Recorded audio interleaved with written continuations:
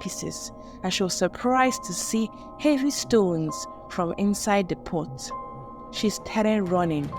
As she ran, she still called out to the other girls. Something was right beside her. The hairs on her skin stood straight like soldiers.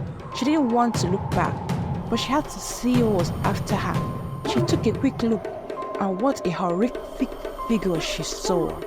Once upon a time, in a village so far away, This village was home to the most beautiful maidens. but none as beautiful as Chiliki. Many men came for her hand in marriage.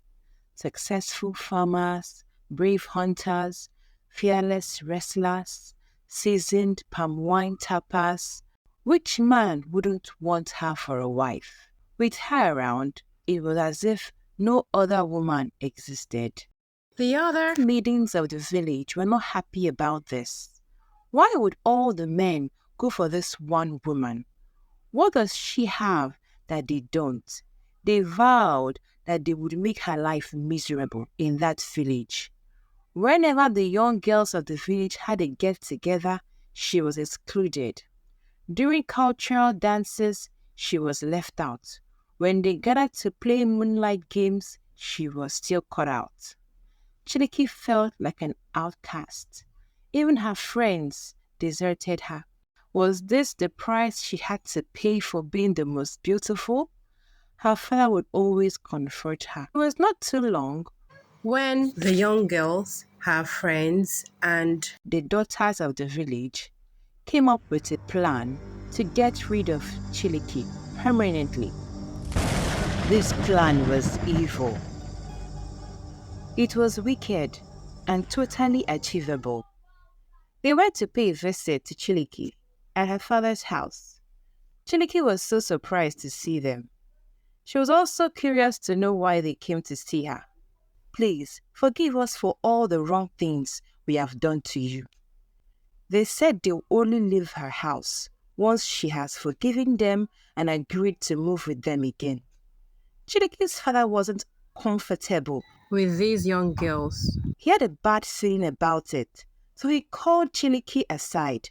He told Chiliki not to go with them because he felt they were not being sincere. Chiliki didn't want to hear this. She insisted that they had really changed and there was nothing he should be worried about. However, she promised to be careful just so her father would be at ease. Chiliki was so happy. This was all she wanted. She could hang out with the girls again. She wasted no time in forgiving them and hurriedly left with them to the village square, where they danced and played games together. Towards the evening, one of the maidens, whose name was Nkema Konam, suggested that they go to the village stream to bathe and fill their water pots.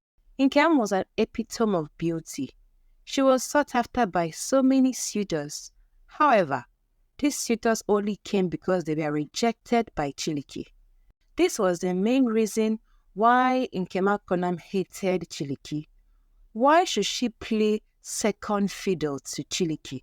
Why should she always be the second choice?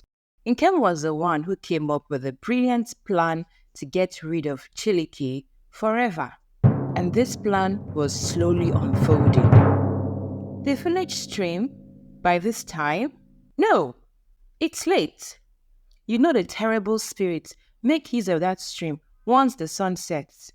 And anybody found there at that time would have themselves to blame, Chiliki said. Of course, we are aware of that. It's not sunset yet.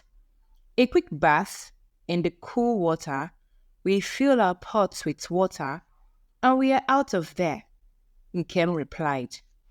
They all went down to the stream, splashing water all around and having so much fun.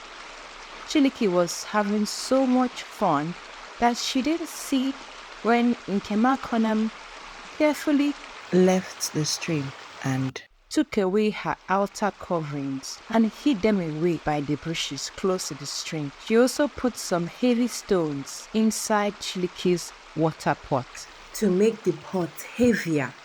Nkem then gave a stylish whistle.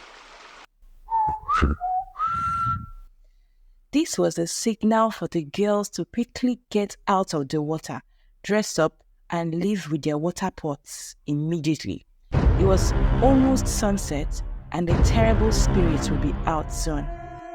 Chiliki was not aware of what was happening, although she was quick to notice that the other girls had left the water and were quickly leaving with their pots. She immediately swam out of the water and reached to her outer coverings where she had kept them, but he wasn't there.